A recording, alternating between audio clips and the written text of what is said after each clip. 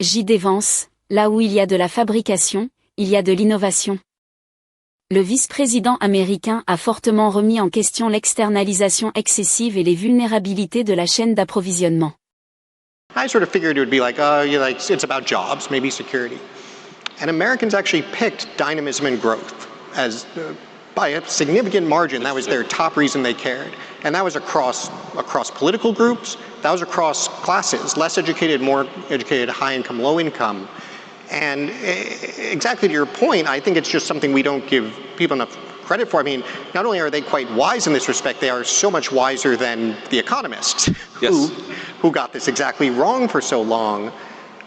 I was struck by the speech that you gave at the American Dynamism Conference, which I think touched on a lot of this, because you focused on what is on one hand a real challenge in the new conservative coalition, where on one hand you have the working class, you have labor, on the other hand you have technologists, folks who are very focused on innovation. And I think you made what is such a critical point, which is that these are not necessarily in conflict. Ultimately, success is defined by the extent to which we synthesize these things. Yes. I think conceptually, in my mind, that's absolutely right. In practice, that can still be hard. I think there are a lot of places where you still see these collisions. Where do you see the biggest opportunity to actually bring these folks together, to actually build on that idea and show that, no, in fact, you do have the same interests. There is a real opportunity to move forward here? Well, I think that it's interesting you mentioned the American Dynamism speech, because I do think that's actually where the synthesis is, right? That if you believe in growth and you believe that, to have any opportunity to make people's lives better, you actually need sustained GDP growth, then you actually need to have the kind of industries that can support broad-based technological innovation. And so I think that really is the combination. Like, why do I care so much about manufacturing, and why do I care so much about the kind of educational institutions we have to support those industries? It's because, yes, I care about workers and I care about their wages, but I do very much care about innovation, and I don't think you can have one without the other, right? So the classic way of talking about this is to say, well, if you open up an iPhone and you look at the box, it will say designed in Cupertino, California, right? And of course, the implication is that it's manufactured in Shenzhen. In reality, it's not necessarily even designed in Cupertino, California anymore. It's increasingly designed in the place that's manufacturing it. This idea that we can separate the making of things from the innovating of things is, I think, totally farcical. You see this in pharmaceuticals in particular, where I think the countries that are really good at manufacturing pharmaceuticals, especially like the next-gen biologics and large molecule pharmaceuticals, those guys are increasingly really, really good at innovating in pharmaceuticals too. And one way this has come up in our work in the White House, and I won't get into sort of too many of the hair details, but we've been thinking about how to solve a particular problem, meaning a particular kind of product that right now we have access to, but we're starting to ask ourselves these questions about, like, well, what happens if the country that we're trading with completely cut off access to this stuff? And so we're thinking a lot about the supply chain, about how brittle our supply chains are. And by the way, one thing that is shocking about the prior government, about the government we inherited the White House from, is if I, on January the 21st, in fact, I did ask this question, where are the biggest deficiencies in our supply chains? What are the 100 products that we're completely reliant on some other entity to make for us? Where are they made, and how hard would it be to onshore that manufacturing? I asked that explicit question, and the answer was, we don't know. Nobody in the prior government had actually asked these very fundamental questions. And so what is so crazy about the hyper-globalized era is that you had these basic questions about the brittleness of our supply chains that were completely uninvestigated by the very people who supported globalizing those supply chains. We were actually governed by complete morons, and we didn't even realize it until the Trump administration started to get underneath the hood of our government. But to take it back to sort of the point that I was trying to make. Okay, if you want to onshore this one piece of the supply chain, what kind of talent would you need in the labor force to make that possible? And I started talking to, venture capitalists and technologists and people who run sort of industries in this space.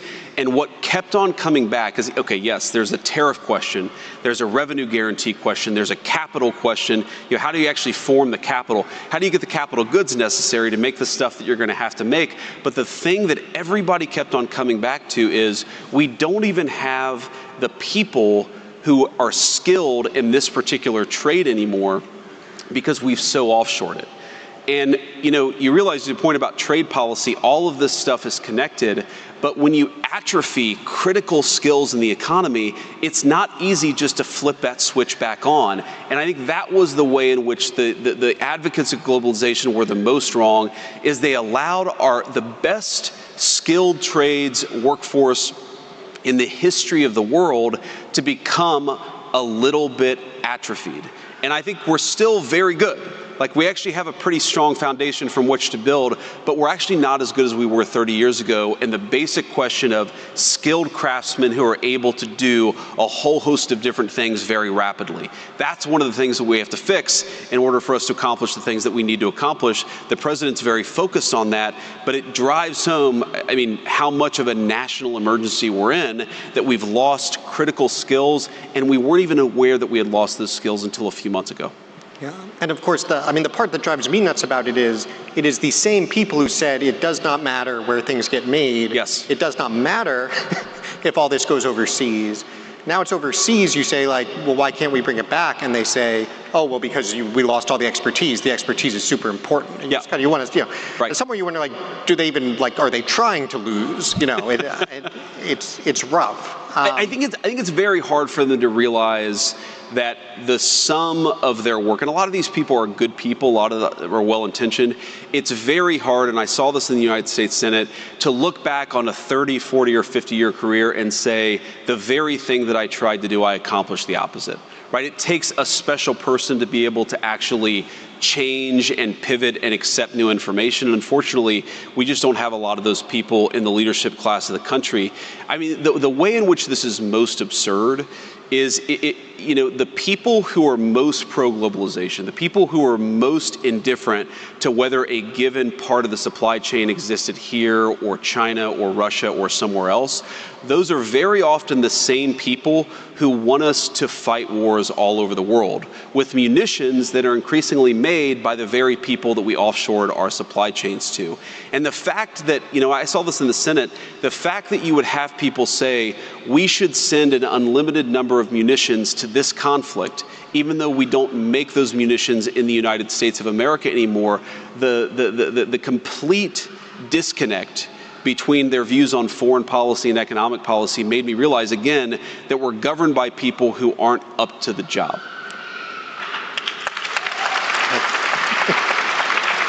Until 4 months ago, when the American people actually gave the country a government it deserved. And obviously we're very early days, but I think that we've done more in 4 months to solve these problems.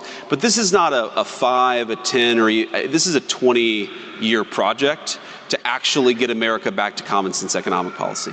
Well, thank you. That was a real downer for a moment. I appreciate you brought the mood back up. This is very helpful. Let's talk about the workforce piece and education, because you mentioned education system, which at this point, interestingly, means almost two different things. There's what is going on with universities, and there's what is going on with how we would actually train people in these kinds of skills that we need, that would be good jobs. I guess it's a two-part question. On the university side, do you see what's going on there as mostly sort of just a sideshow minimizes it? It's incredibly important, but it is unrelated to the question of how we actually reskill correctly? Or do you think these two things fit together somehow, that we need to get the universities more engaged in this process and also have other ways to do it? I think of it as extremely connected, though it's not necessarily obvious at the surface level. First of all, I never expect Harvard or Yale or the Ohio States of the world.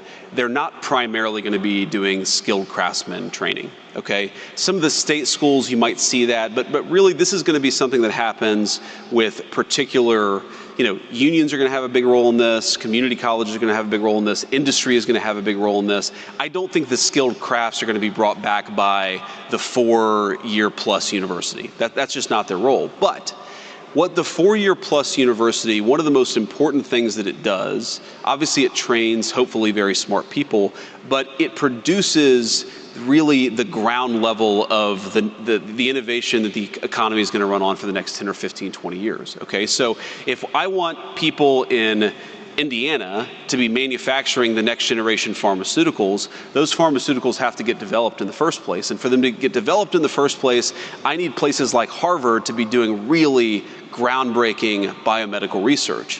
What I don't need out of Harvard is for the science to be so broken that 80% of the biology papers produced don't actually replicate. And that reproducibility crisis is one of the main reasons why I think universities are broken. What I really don't need to happen is I can't let Harvard have such an explicitly racist and in violation of the Civil Rights Act approach to how it funds and trains scientists that the best and the brightest are being cut out of that process altogether. So these things are very much connected. But I mean, look, I am not anti-university. I'm not anti-Harvard. What I am is a person who recognizes what should be obvious to every single person at every elite university in the country, which is the model is broken, it doesn't work, and they're violating the social contract they have with the people of the country, and the people are now saying, we need you to change. And these institutions are really going to be confronted, and thanks to President Trump, have already been confronted with a choice. You can accept democratic accountability and you can reform, or you can accept that the government is not going to treat you kindly, we're not going to fund your garbage, and we're not going to support you unless you do the job the American people need you to do.